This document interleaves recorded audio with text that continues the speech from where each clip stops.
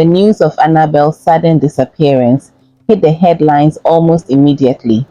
Her parents, Mr. and Mrs. Crenshaw, were frantic. Mr. Crenshaw, a wealthy politician with a spotless public image, was the first to issue a statement. "We will do everything to bring Annabelle home," he told the media, his voice breaking with emotion. To the public, Annabelle's absence was a kidnapping. How else could a politician's daughter vanish without a trace? But behind closed doors, Mrs. Crenshaw couldn't stop pacing. "Where is my daughter?" she whispered. Her mind raced, wondering if Annabelle had run away on her own. Meanwhile, Annabelle sat in a tiny, unfamiliar apartment far from the bustling city. Her heart pounded as she checked her phone. Over 100 missed calls and messages from her parents. "I had to leave," she murmured to herself, trembling with both relief and fear. She had waited years to turn 18 to finally be free. She couldn't let anyone find her now, not when the truth about her father could destroy her family's reputation. But as she stared out the window, a dark cloud of dread hung over her. Running away was just the beginning. Days turned into weeks, and the search for Annabelle intensified. Police were everywhere, searching, questioning, digging for any clue about her disappearance. Mrs. Crenshaw refused to sleep, her thoughts haunted by endless possibilities. What if she's hurt? What if someone's taken her? She kept asking her husband. Mr. Crenshaw remained calm on the surface, orchestrating media campaigns and calling in favors to control the narrative. "She will come back, trust me," he would say, though his eyes revealed a flicker of something darker. Annabelle, meanwhile, struggled to keep her emotions in check. She knew the media would spin stories, but none of them would dare touch the real truth. "You'll ruin everything if you speak," her father's voice echoed in her mind, a memory she couldn't shake. She glanced at a small torn photo of her mother. She had left to protect her. Annabelle could not bear to see her mother's reputation destroyed. But every day in hiding felt like a heavier burden, and soon secrets would begin to unravel. The police investigation grew more intense, and reporters hounded the Crenshaw family for answers. Mrs. Crenshaw sat on the couch, staring blankly at the television. She had always been a poised and graceful woman, admired by many for her elegance, but now her eyes were sunken and her hands trembled. "Why would anyone take Annabelle?" she muttered. Her mind raced with fear and confusion, but the idea of Annabelle running away didn't make sense.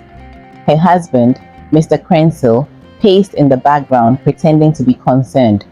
"We've raised a good daughter," he said, glancing at his wife. "She wouldn't leave us like this." Annabelle, far from the public eye, fought back tears as she scrolled through the headlines on her phone. Every article painted her as the victim of a possible kidnapping, fueling her guilt. "I didn't want to hurt anyone," she whispered, touching her knees to her chest. But the thought of her father's sinister smile haunted her. She had to stay strong. No one could know the truth, not yet. She pulled out a small notebook, scribbling down a plan. "When the time is right, I'll expose him," she told herself. "But I have to do it carefully." In the Crenshaw household, tensions were running high. Mrs. Crenshaw was beginning to break. "Why hasn't there been any ransom demand?" she asked, her voice shaking. "If someone took her, wouldn't they have asked for something by now?" Mr. Crenshaw, always quick to maintain control, walked over to her and put a hand on her shoulder. "You need to relax, Tolu," he said. "We can't show weakness. The public is watching." But Mrs. Crenshaw couldn't shake the feeling that something was terribly wrong. Annabelle's phone buzzed, another message from her mother. She hadn't opened any of the texts yet, afraid of the flood of emotions they would bring. But curiosity finally got the best of her, and she read the latest message. "Please come home. We'll fix whatever is wrong. I miss you." Annabelle's heart clenched. She wanted to go back, to hug her mother and tell her everything.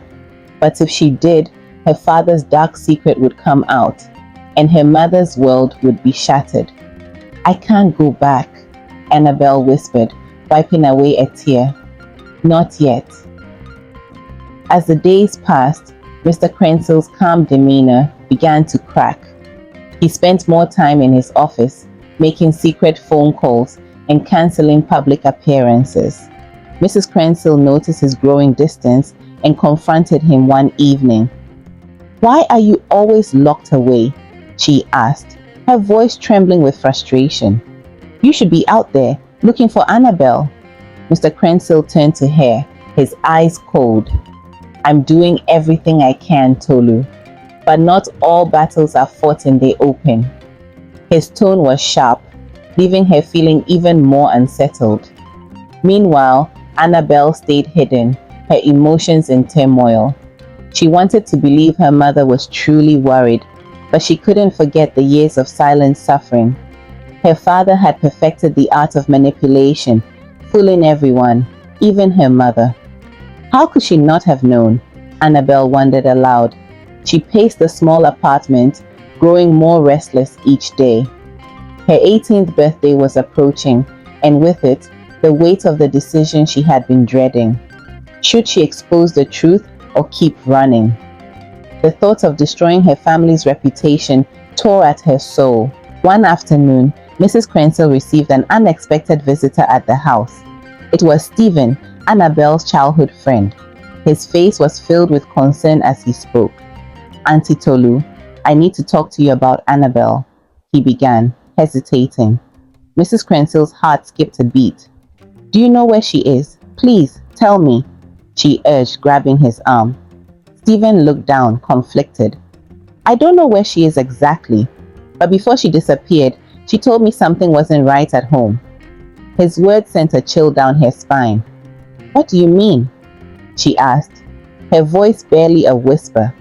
Annabelle, on the other side of town, felt a growing sense of isolation. She missed her old life, her friends, and especially Stephen, who had always been her confidant. She had confided in him about her fears, though never the full truth. She had been too embarrassed to reveal it all. As she sat staring at her phone, a new text message appeared from an unknown number. "You can't hide forever. The truth always comes out." Annabelle's blood ran cold. Someone knew where she was, and she wasn't sure how long she could stay hidden. Stephen's visit left Mrs. Krensel deeply shaken. That night, she sat alone in the living room, replaying his words in her mind. Something wasn't right at home. What could Annabelle have meant? She thought back to all the years of her marriage, the long hours her husband spent away, the unexplained absences, and the way Annabelle would sometimes avoid his gaze. Was there something she had missed? Her mind swelled with uncertainty, and for the first time, she began to doubt everything she thought she knew about her family.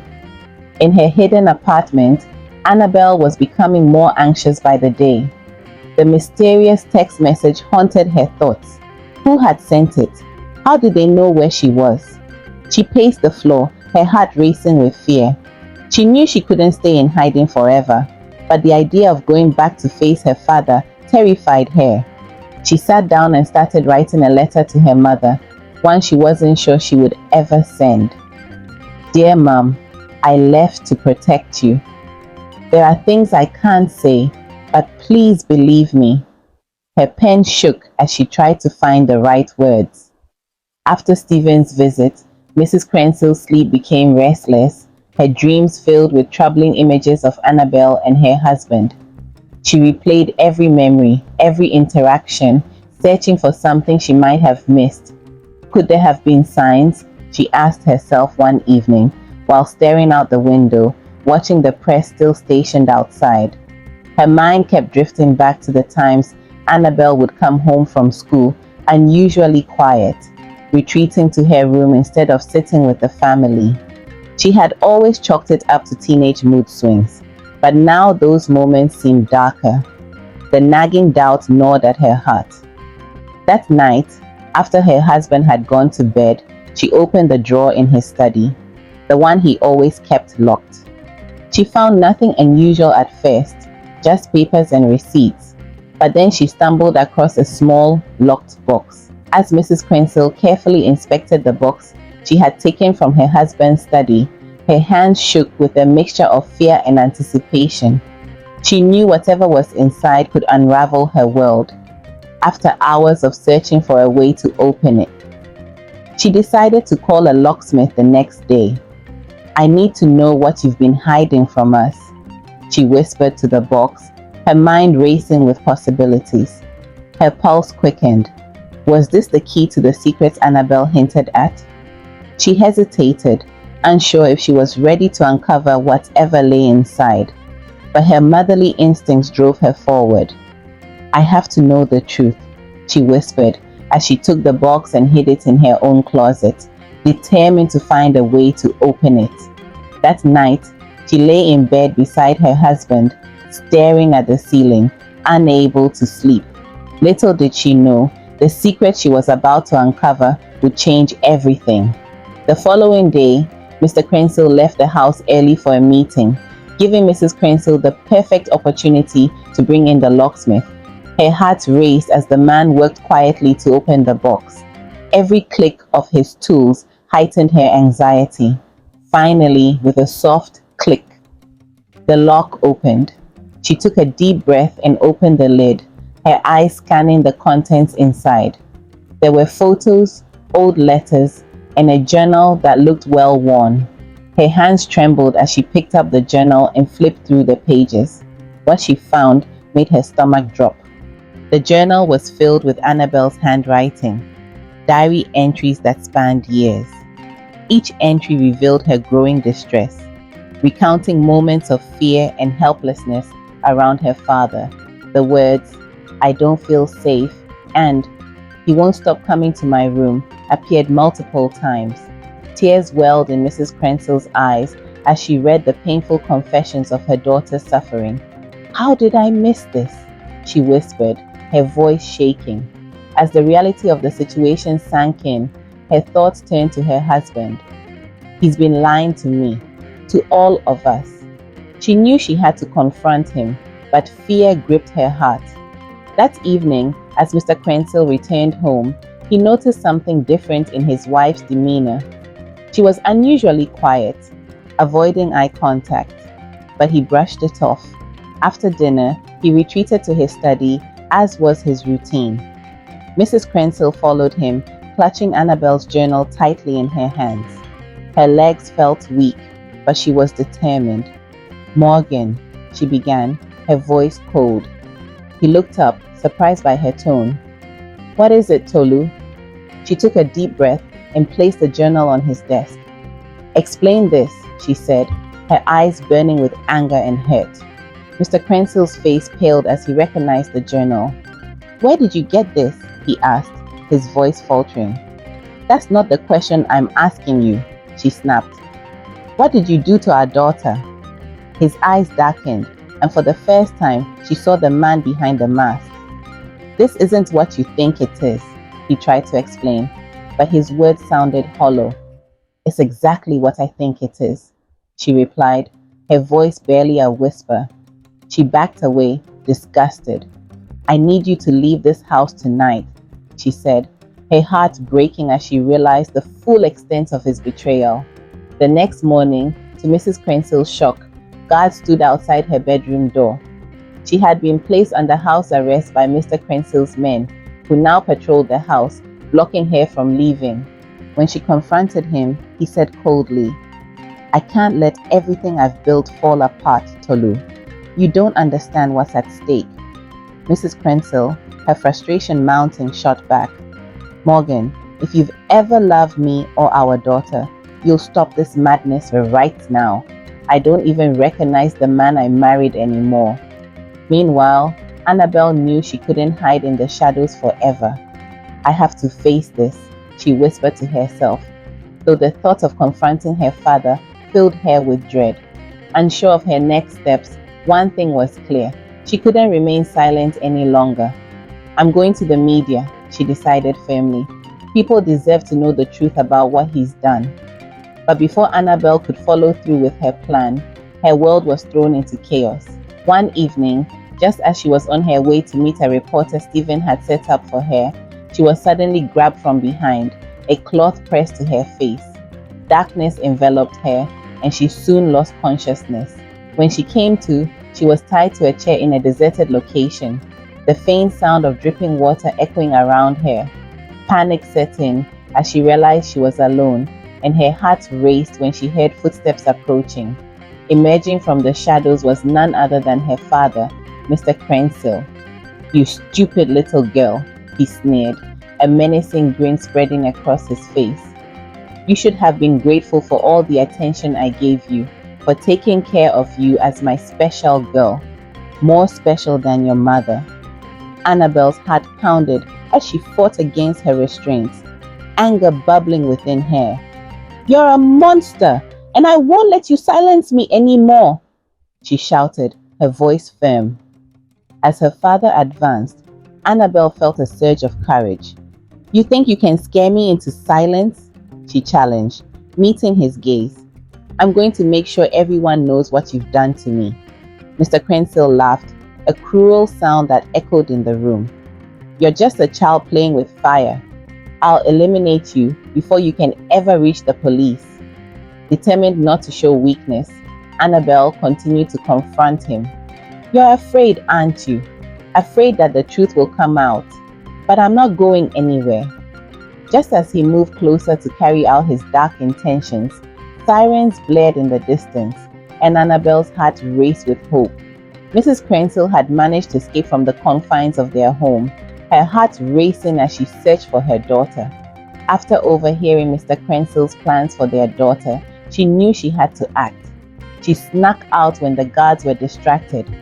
"Annabelle, I'm coming for you," she thought, determination surging through her. Arriving at the deserted location just in time, she burst through the door, breathless. "Annabelle," she shouted, "I found you!" Her arrival surprised Mr. Crenshaw, who turned to see his wife, a mixture of rage and disbelief on his face. "How dare you interfere?" he roared. Just as he raised his hand to strike, the police stormed in, weapons drawn, ready to protect the victims.